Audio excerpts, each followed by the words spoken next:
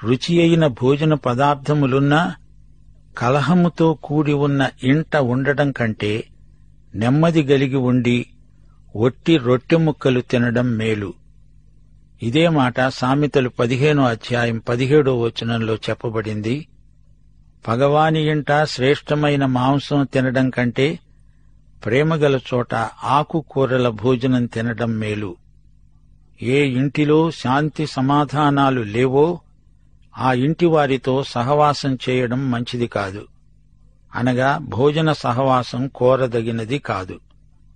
అహాబు, యెజెబెలు ఎలాంటివారో జ్ఞాపకం తెచ్చుకోండి. వారి ఇంటిలో సమాధానమనేది మచ్చుకు కూడా కానరాదు. మత సంబంధమైన వాతావరణం ఉన్నదిగాని ఆత్మ సంబంధమైన స్థితి కాదది. ఏలియా వచ్చాడు, ప్రకటన చేశాడు. దేవుడు ఆజ్ఞ ఇచ్చే వరకు వర్షం కురవదు అన్నాడు. వెంటనే వెళ్లిపోయాడు. ఎక్కడికి వెళ్లాడు? ఎందుకు వెళ్లాడు? రాజుగారి ఇంటిలో ఆతిథ్యం కంటే అరణ్యంలో వాగు దగ్గర దేవునితో ఏకాంతంగా ఉండడం అతనికిష్టం. అక్కడ నెమ్మదిగా ఉండి రొట్టె ముక్క తిని తృప్తి చెందాడు. అలాగే మోషేను చూడండి. ఫరో యొక్క రాజసౌధంలో ఉండే కంటే మిద్యాను అరణ్యంలో దేవుని సన్నిధిలో శిక్షణ పొందడం అతనికి మేలు. మోషే, ఏలియా వీరిద్దరూ రాజసౌధంలోని రుచిగల భోజన పదార్థాలను కాదని దేవుని సన్నిధిలో నెమ్మది కలిగి ఉండి ఒట్టి రొట్టె ముక్కలు తిని సంతోషించారు. మన జీవితంలో అలాంటి సందర్భాలు ఎన్నో తారసిల్లుతాయి. ఆధ్యాత్మికంగా అట్టి పరిస్థితులలో మనకెంతో మేలు చేకూరుతుంది. బుద్ధిగల దాసుడు సిగ్గు తెచ్చే కుమారుని మీద ఏలుబడి చేస్తాడు. అన్నదమ్ములతో పాటు వాడు పిత్రార్జితము పంచుకుంటాడు. విశ్వసనీయుడైన సేవకుడు విశ్వాసఘాతకుడైన కుమారుని కంటే మేలు. అబ్రహాముకు ఒక నమ్మకమైన సేవకుడున్నాడు. అతని పేరు ఎలియాజరు. దావీదుకు ఒక కుమారుడున్నాడు. అతని పేరు అబ్షాలోము. ఎలియాజరు అబ్షాలోము కంటే ఎన్నో రెట్లు శ్రేష్ఠుడు. ఆదికాండం 15:2 అబ్రాము అన్నాడు, నేను సంతానము లేనివాడనైపోతున్నాను. దమస్కు ఎలియజరే నా ఇంటి ఆస్తికర్త అగునుగదా. అనగా ఎలియాజరు తన యజమానికి ఎంతో నమ్మకమైన సేవ చేశాడు. అయితే దావీదు అబ్షాలోమును గురించి ఎంతో ఏడ్చాడు. ఈ కుమారుని వలన తండ్రికి ఎంతో కడుపు శోకం. దావీదుకు నమ్మకమైన సేవకులెందరో ఉన్నారు, కాని పనికిమాలిన కొడుకు ఒకడున్నాడు. 3 వెండికి మూస తగినది, బంగారునకు కొలిమి తగినది. హృదయ పరిశోధకుడు యెహోవాయే. వెండి బంగారాలను కొలిమిలో పుటం పెట్టి శుద్ధి చేస్తారు. అలాగే దేవుడు తన బిడ్డలకు అగ్ని పరీక్ష పెడతాడు. బంగారము వలె మనము ప్రకాశించాలంటే శ్రమల కొలిమిలో శుద్ధి కావాల్సిందే. 1 పేతురు 1:6-7 అవసరమును బట్టి నానావిధములైన శోధనల చేత ప్రస్తుతమున కొంచెము కాలము మీకు దుఃఖం కలుగుతుంది. నశించిపోయే సువర్ణము అగ్ని పరీక్ష వలన శుద్ధపరచబడుతున్నది గదా. దానికంటే అమూల్యమైన మీ విశ్వాసము ఈ శోధనల చేత పరీక్షకు నిలిచినదై యేసుక్రీస్తు ప్రత్యక్షమైనప్పుడు మీకు మెప్పు, మహిమ, ఘనత కలగడానికి కారణమవుతుంది. మన ఆధ్యాత్మిక సౌశీల్యాన్ని మెరుగుపరచడానికి దేవుడు ఇదే పద్ధతిని వాడుతాడు. యోబు ఇబ్బందుల కొలిమిలో పుటం పెట్టబడిన బంగారం లాంటివాడు. అలాగే పౌలు శరీరంలో ఒక ముల్లు ఉంది. సంఘ చరిత్రలో హతసాక్షుల కాలం ఎంతో ప్రాముఖ్యమైనది. శ్రమల ద్వారా సంఘ జీవితంలో గొప్ప ఉజ్జీవం కలిగింది. సంఘం లోకముతో కలిసిపోయినప్పుడు ఉజ్జీవం అడుగంటిపోతుంది. ద్వితీయోపదేశకాండం 32:15 యెషూరూను కొవ్వినవాడై కాలు జాడించాడు. నీవు కొవ్వి బలిసి మందుడవయ్యావు.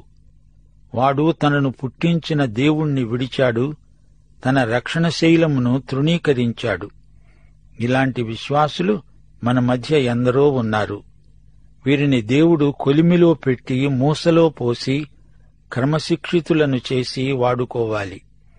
ఈ రోజున కూడా దేవుడు తాను వాడుకునే సేవకులను ఇబ్బందుల కొలిమిలో పెట్టక మానడు. 6వ వచనం. కుమారుల కుమారులు వృద్ధులకు కిరీటం, తండ్రులే కుమారులకు అలంకారం. మనమలు మనవరాండ్రు కలిగిన వారికి ఈ వచనం బాగా అర్థమవుతుంది. కుమారులు మనుమలు, కుమార్తెలు, మనవరాండ్రు ఇంటికి అలంకారం. దేవుని కుటుంబాలు అన్ని రకాల వయస్సు గలవారితో నిండి ఉంటే వైవిధ్యంలోని అందం మనకు బోధపడుతుంది. అహంకారముగా మాట్లాడడం బుద్ధిలేని వానికి తగదు. అబద్ధమాడడం అధిపతికి బొత్తిగా తగదు. తెలివి తక్కువ వానికి అహంకారం ఉంటే అదొక వికృత రూపం. అధిపతులు అబద్ధాలాడకూడదు. దాని ద్వారా రాజ్యానికి కళంకం వస్తుంది. లంచం తన దృష్టికి మాణిక్యం వలె ఉంటుంది. అటివాడు ఏమి చేసినా దానిలో యుక్తిగా ప్రవర్తిస్తాడు. లంచగొండితనం హేయమైనది. లంచం తీసుకునేవానికి అది మాణిక్యం అనిపించవచ్చు. లంచగొండి యుక్తిపరుడై ప్రవర్తిస్తాడు. ఇచ్చేవాని దృష్టిలో లంచం పుచ్చుకునేవాడు నీచుడు. దేవుని దృష్టిలో వీరిద్దరూ నేరస్తులే. ప్రేమను వృద్ధి చేయగోరేవాడు తప్పిదమ్ములు దాచిపెడతాడు. జరిగిన సంగతి మాటిమాటికి ఎత్తేవాడు మిత్రభేదం చేస్తాడు. నీవు ఒక వ్యక్తిని ప్రేమిస్తున్నావంటే అతని బలహీనతలు, లోపాలు ఇతరులకు చెప్పకూడదు. వెనకటి సంగతులు ఎప్పుడో అన్న మాటలు మాటిమాటికి చెప్పి దెప్పి పొడిచినందున స్నేహితాలు పాడైపోతాయి. మిత్రలాభం కంటే మిత్రభేదం ఎక్కువవుతుంది. 10వ వచనం. బుద్ధిహీనుడికి 100 దెబ్బలు నాటినంత కంటే బుద్ధిమంతునికి ఒక్క గద్దింపు మాట లోతుగా నాటుతుంది. దేవుడు బుద్ధిమంతుణ్ణి గద్దిస్తాడు. అతనికి ఒక్క మాట చాలు. బుద్ధిహీనుడికి ఒక్క మాట చాలదు. ఒక్క దెబ్బ అవసరం. అదైనా కొన్నిసార్లు చాలదు. 100 దెబ్బలు కావాలి. మనిషికి ఒక మాట, గొడ్డుకు ఒక దెబ్బ అన్నారు పెద్దలు. దేవుడు తన వాక్యం ద్వారా ఒక్క మాట చెబితే విననప్పుడు ఒక దెబ్బ కొట్టవలసి వస్తుంది. ఆ ఒక్క దెబ్బ కూడా పనిచేయనప్పుడు అతన్ని ఇక్కడ నుండి లాగివేయవలసి వస్తుంది. నేరస్తులను చెరసాలలో వేస్తారు. అది శిక్షించడానికి మాత్రమే ఉపకరిస్తుంది. చెరసాలలోని నేరస్తులకు క్రమశిక్షణ పనిచేయదు. మన పిల్లలకు క్రమశిక్షణ కావాలి గాని చెరసాలలోని నేరస్తులకు శిక్ష. తిరుగుబాటు చేసేవాడు కీడు చేయడానికే కోరుకుంటాడు. అట్టివాని వెంట క్రూర దూత పంపబడతాడు. తిరుగుబాటుదారుడు సంస్థలకు, సమాజాలకు కీడు కలిగిస్తాడు. రాజు అట్టి దొండగాలను అరికట్టడానికి దూతలను పంపుతాడు. పితూరీదారులను నిర్దాక్షిణ్యంగా అణిచివేయటం జరుగుతుంది. పిల్లలను పోగొట్టుకున్న ఎలుగుబంటిని ఎదుర్కొనవచ్చునుగాని మూర్ఖపు పనులు చేస్తున్న మూర్ఖుణ్ణి ఎదుర్కొనరాదు. మూర్ఖుడు చేసే పనిని ఆపాలంటే కష్టమే. ఎలుగుబంటి తాను ఈనిన పిల్లలను పోగొట్టుకున్నప్పుడు దానికి పిచ్చెక్కుతుంది. అది ఎదురుగా ఉన్న వారి మీద పడి వారిని చీల్చివేస్తుంది. మేలుకు ప్రతిగా కీడు చేసేవాని ఇంట నుండి కీడు తొలగిపోదు. కీడుకు ప్రతిగా మేలు చెయ్యాలి గాని మేలుకు బదులు కీడు చేసేవాడు భ్రష్టుడు. అతని ఇంట కీడు తిష్టవేసుకొని కూర్చుంటుంది. కలహారంభం నీటిగట్టున పుట్టే ఊట. వివాదము అధికము కాకమునుపే దానిని విడిచిపెట్టు. కలహము మొదలైంది అంటే ఇరుపక్షాలు మాట మీద మాట రెట్టించుకుంటూ జగడాన్ని ఎక్కువ చేసుకుంటారు. వేడి తగ్గిపోవాలి, వెలుగు ఎక్కువ కావాలి. వివాదాన్ని అక్కడికక్కడే తుంచివేయాలి. దుష్టులు నిర్దోషులని తీర్పు తీర్చేవాడు, నీతిమంతులు దోషులని తీర్పు తీర్చేవాడు, వీరిద్దరూ యెహోవాకు హేయులు. తీర్పరి న్యాయంగా తీర్పు చెప్పాలి. న్యాయాన్ని తారుమారు చేయకూడదు. న్యాయపు త్రాసులో దాళా ఉండకూడదు. న్యాయ తీర్పు లేని న్యాయస్థానాలు దేవునికి అసహ్యం. న్యాయం పక్షాన వాదించని న్యాయవాదులు దేవుని దృష్టిలో నీచులు. బీదవాని బిడ్డను రాచవాడు కొడితే రాచవాని బిడ్డను దేవుడు కొడతాడు అని పెద్దలు చెప్తారు. బుద్ధిహీనుని చేతిలో జ్ఞానం సంపాదించడానికి సొమ్ముండనేలా? వానికి బుద్ధి లేదు గదా. డబ్బు ఉంటే పుస్తకాలు కొనవచ్చుగాని జ్ఞానాన్ని కొనగలమా? బుద్ధిహీనుడికి జ్ఞానమంటే ఇష్టముండదు. అతణ్ణి బలవంతాన బడికి పంపించినా ప్రయోజనం లేదు. జ్ఞాన సంపాదన కంటే కొందరికి కాయకష్టం చేసుకోవడం ఇష్టం. అతడు ధనవంతుడైనా బీదవాడైనా జ్ఞానతృష్ణ కలిగిన వాడిని దేవుడు ఆశీర్వదిస్తాడు.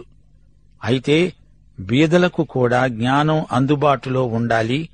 అది దేవునికి ఇష్టం. 17వ వచనం, నిజమైన స్నేహితుడు విడువకుండా ప్రేమిస్తాడు. దుర్దశలో అట్టివాడు సహోదరుడుగా ఉంటాడు. ఈ వచనంలో మనకు దావీదు, యోనాతాను కనపడుతున్నారు. వారు ఒకరినొకరు విడువక ప్రేమించుకున్నారు. దావీదు రాజదర్బారులో సితారా వాయించినప్పుడు మాత్రమే కాదు, అతడు దుర్దశలో ఉండగా సౌలు బారి నుండి తప్పించుకొని పారిపోయేటప్పుడు కూడా అతణ్ణి ఎంతో ప్రేమించాడు. యోనాతాను సౌలు కుమారుడే, సింహాసనానికి వారసుడు. అయినా యోనాతాను దావీదును ఎంతో ప్రేమించాడు, విడువక ప్రేమించాడు. వారిద్దరూ సహోదరుల కంటే ఎక్కువ సన్నిహితులు. ఇస్కరియోతు యూదా ఎలాంటివాడు? అతడు స్వామిద్రోహి. అబ్షాలోము ఎలాంటివాడు? ఇతడు పితృద్రోహి. తన పొరుగువానికి జామీను ఉండి పూటపడేవాడు తెలివి మాలినవాడు. అప్పులున్న వానితోనూ చెప్పులున్న వానితోనూ నడిచి వెళ్లకూడదని మన పూర్వీకులు చెబుతారు. కలహప్రియుడు, దుర్మార్గప్రియుడు. తన వాకిండ్లు ఎత్తుచేసేవాడు నాశనమును వెదికేవాడే. కలహం దుర్మార్గానికి నడుపుతుంది. ఇద్దరు కొట్లాడుకుంటే చూడడం కొందరికి సరదా. తగిలి కాని ఎత్తుచేయడు, తడిసిగాని గుడిసె కప్పడు. అనవసరంగా వాకిండ్లు ఎత్తుచేయడం అపాయాన్ని కొని తెచ్చుకోవడమే. కుటిలవర్తనుడు మేలు పొందడు. మూర్ఘముగా మాట్లాడేవాడు కీడులో పడతాడు. ప్రవర్తనలో, మాటల్లో ఇతరులకు మేలు కలిగేటట్లు చూడాలి. కుటిలం, మూర్ఘం చెడ్డ లక్షణాలు. నోరు మాట్లాడితే నొసలు వెక్కిరించిందట. మూర్ఘ సంభాషణ మనిషిని కీడులోకి పడనెడుతుంది. బుద్ధిహీనుని కన్నవానికి వ్యసనం కలుగుతుంది. తెలివిలేని వాని తండ్రికి సంతోషం లేదు. తన కుమారుడు బుద్ధిహీనుడైతే, తెలివిలేనివాడైతే తండ్రి ఎంతో బాధపడతాడు. ఇలాంటివాడు నా కుమారుడు అని చెప్పుకోటానికి సిగ్గుపడతాడు. ఒకసారి యేసు ప్రభువు ఇస్కరియోతు యూదాను గురించి అన్నాడు, నీ తల్లి నిన్ను కనకుండా ఉన్నా బాగుండేది.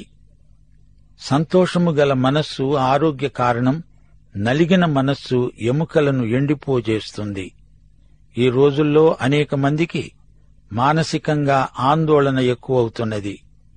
ఇనుము విరిగనేని ఇనుమారు ముమ్మారు కాల్చి అతుకగలడు కమ్మరీడు. మనసు విరిగనేని మరి అంట నేర్చునా? ఇది మన దేశీయ జ్ఞానవాక్కు. మనస్సు విరిగితే ఎముకలు ఎండిపోతాయి. మనస్సు ఆనందంగా ఉంటే గుండె జబ్బులు రావు. ఆనందంతో ప్రభువును స్తుతించాలి. విచారం చేత నరాలు బిగుసుకపోతాయి. న్యాయవిధులను చెరపడానికి దుష్టుడు ఒడిలో నుండి లంచం పుచ్చుకుంటాడు. న్యాయవాది లంచగొండి అయితే న్యాయవిధులు చెడిపోతాయి. న్యాయం ఓడిపోతుంది, అన్యాయం గెలుస్తుంది. జ్ఞానము వివేకము గలవాని ఎదుటనే ఉన్నది.